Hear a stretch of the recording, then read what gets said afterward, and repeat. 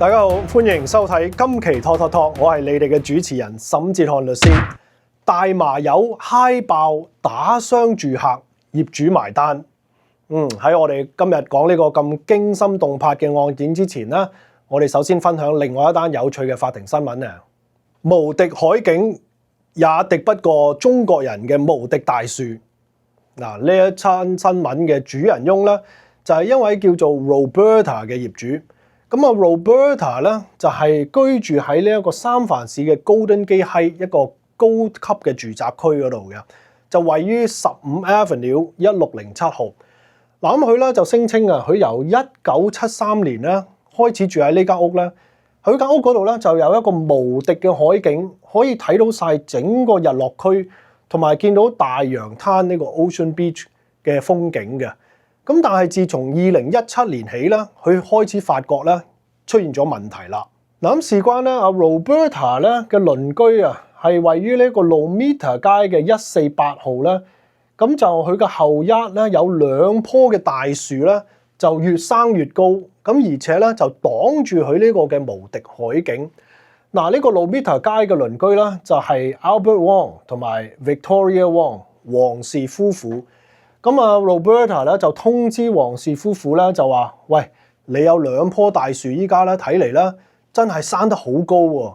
一棵咧就係 Monterey Pine， 即係話蒙特雷松樹；另外一棵咧就係 Monterey Cypress 蒙特雷柏樹。咁呢兩棵樹啊，閒閒地啦都可以超過100尺高，即係話咧等於一棟10幾層高嘅大廈咁高嘅。嗱，咁啊 Roberta 話：如果你唔相信嘅話，不如你過嚟我屋企睇下啦。咁啊，黃先生咧就走咗去 Roberta 屋企，就喺個露台嗰度咧就睇出，咦，真係喎，呢一棵 Monterey 嘅柏樹啦，就真係生到好高喎，啦，擋住晒個無敵海景喎，咁樣。咁啊之後咧，雙方面咧就交涉咗一段時間。咁 Roberta 咧請咗律師，亦都請咗啲有牌嘅樹木專家，就寫晒啲報告俾阿黃氏嘅夫婦。咁就話咧，不如你哋咧就考慮將佢切咗，又或者最起碼咧就等佢可以修剪一下，等佢可以縮翻細啲，咁等我可以睇翻個日落區嘅海景啦，好冇？咁但係黃氏夫婦咧就諗下咧，就都唔制，佢話咧我唔想再同你傾啦。若果你係想我切咗我棵樹咧，你就去法庭告我啦，咁樣。咁到咗2022年咧，阿 Roberta 覺得自己真係冇選擇啦，黃氏夫婦完全唔理我哋，咁佢哋就決定入稟高等法院啦，正式起訴阿黃氏夫婦。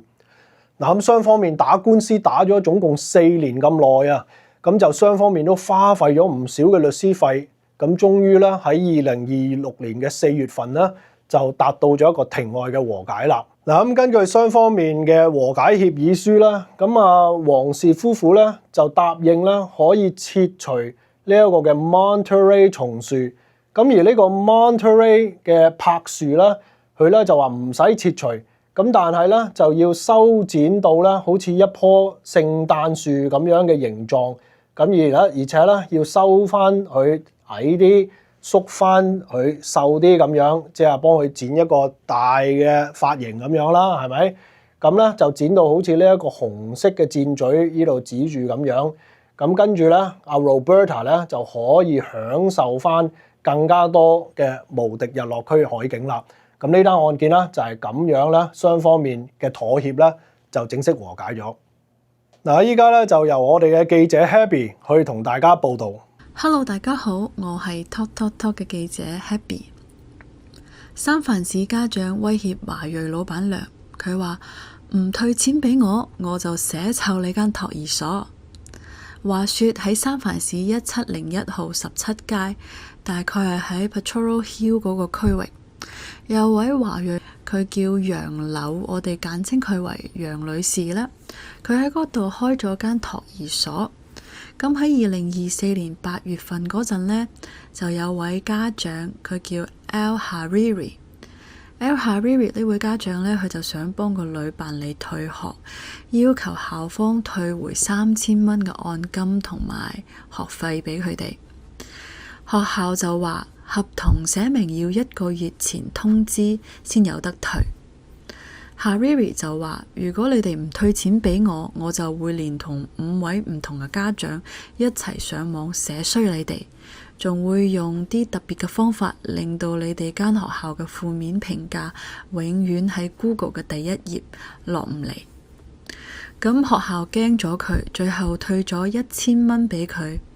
但係 Hariri 仲係唔滿足，佢照樣上網寫咗好多負面嘅評價啦。仲話個老闆娘楊女士係騙子同埋罪犯呢種咁嘅字眼。之後佢仲同老闆娘講話：你俾多5000蚊我啦，我就幫你刪走晒所有嘅負評。咁楊女士肯定就唔制啦，佢就喺2025年嘅3月4號正式入禀三藩市高等法院，控告呢位家長民事勒索同埋誹謗。咁 Hariri 呢位家長呢，就喺2025年5月6號反擊，佢引用咗加州反 SLAPP 法，話自己只係行使言論自由，要求法庭撤銷成單官司。但係最終法官都係駁回咗佢嘅請求，其中有2個理由。第一就係勒索唔係言論自由，唔退錢就寫負面評價呢種威脅係冇辦法受到法律保護嘅。第二就係呢位家長即係 Hariri 啦，佢承認自己嘅評論係冇事實根據嘅，亦即係話佢話楊柳女士係騙子或者係罪犯呢啲咁嘅詞語呢，係拎唔出任何證據，所以法官裁定楊柳女士呢係有權利繼續告落去。簡單嚟講呢，就係你可以上網寫意見啦，但係唔可以用呢啲負面評價去勒索人，更加唔可以亂咁寫嘢去誹謗人。好，我哋今日就講到呢度，我會再持續跟進呢個案件嘅走向，下次再同大家分享。多謝。大麻友嗨爆打傷住客，業主埋單。嗱，話說啦，呢一單案件咧嘅主人翁咧就係一位叫做葉曉彤嘅華人女子。咁啊，葉曉彤咧喺2022年嘅11月份咧就開始去租一個嘅公寓，就係三藩市powell街655號近住唐人街嘅一棟嘅公寓大樓。咁佢咧就選擇咧就租呢一個402嘅單位，咁就每一個月嘅租金咧就係2195蚊。嗱，咁佢搬入咗呢一棟嘅公寓大樓之後咧，就開始出現問題啦。咁因為咧，阿葉曉彤咧經常都聞到一啲大麻嘅臭味，咁就原來呢啲大麻臭味嘅來源咧，就係佢隔離401室嘅單位傳出嚟嘅。咁佢得知到啦，呢個單位裏邊咧就住咗一個叫做 James Edward 嘅住客。咁呢個 James 咧，經常都喺佢嘅401單位嗰度咧就吸食大麻。咁由啲味咧就攻入去402室，阿葉曉彤咧就頂唔順啦。咁佢多次地啦就向呢個業主投訴啦，同埋呢個物業管理員。咁但係咧佢哋咧就並沒有採取任何嘅行動喎。嗱，咁到咗2023年嘅9月28號當日咧，阿葉曉彤咧就放工翻到屋企，咁佢發現啦，咦，點解我度大門好似俾人整爛咗咁樣嘅？咁佢懷疑咧就有人咧爆竊。咁佢馬上打電話去報警啦。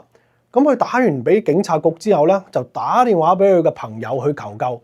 咁但係正當佢打緊呢個電話嘅時候咧，佢隔離嘅鄰居呢個 James 咧，可能因為食咗大麻嘅原因咧，就嗨爆咗，就衝入去葉曉彤嘅單位裏邊，就拳打腳踢，甚至乎攞出錘仔同埋刀咧去襲擊呢個葉曉彤。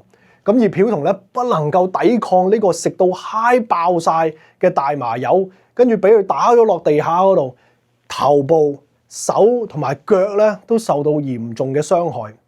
咁隨後阿 James 咧更加搶咗阿葉曉彤嘅手提電腦同埋佢嘅行李，同埋打爛晒佢嗰啲家私。咁呢個葉曉彤之後咧就被送往醫院去治療啦。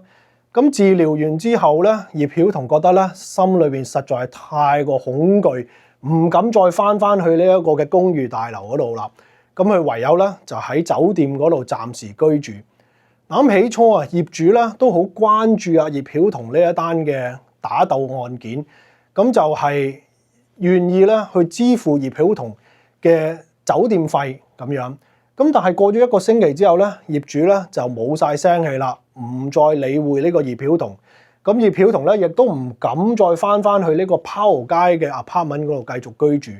咁佢被逼咧就要撤離呢一個嘅公寓單位。嗱，咁隨後啊，葉曉彤就委託律師啦，正式入稟三藩市高等法院啦，去起訴呢個業主同埋起訴物業管理人員。咁其中一樣嘅起訴原因咧，佢聲稱啦就係呢個 constructive eviction 建設性嘅驅逐。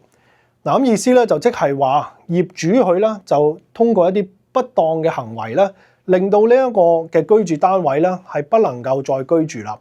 咁葉曉彤聲稱啦，佢係受到三藩市嘅租務條例嘅保障嘅。咁業主咧就唔可以隨便趕佢走。咁但係因為業主咧就並沒有妥善地去處理呢個 James Edward 佢嘅吸食大麻呢一個嘅行為，咁導致到咧佢變成咧係一種嘅人身上嘅安全嘅威脅。咁而且咧，終於咧就係令到呢個葉曉彤咧受到攻擊。咁呢個咧就係構成咗啦一種咧嘅驅逐嘅行為，係一個不法嘅行為。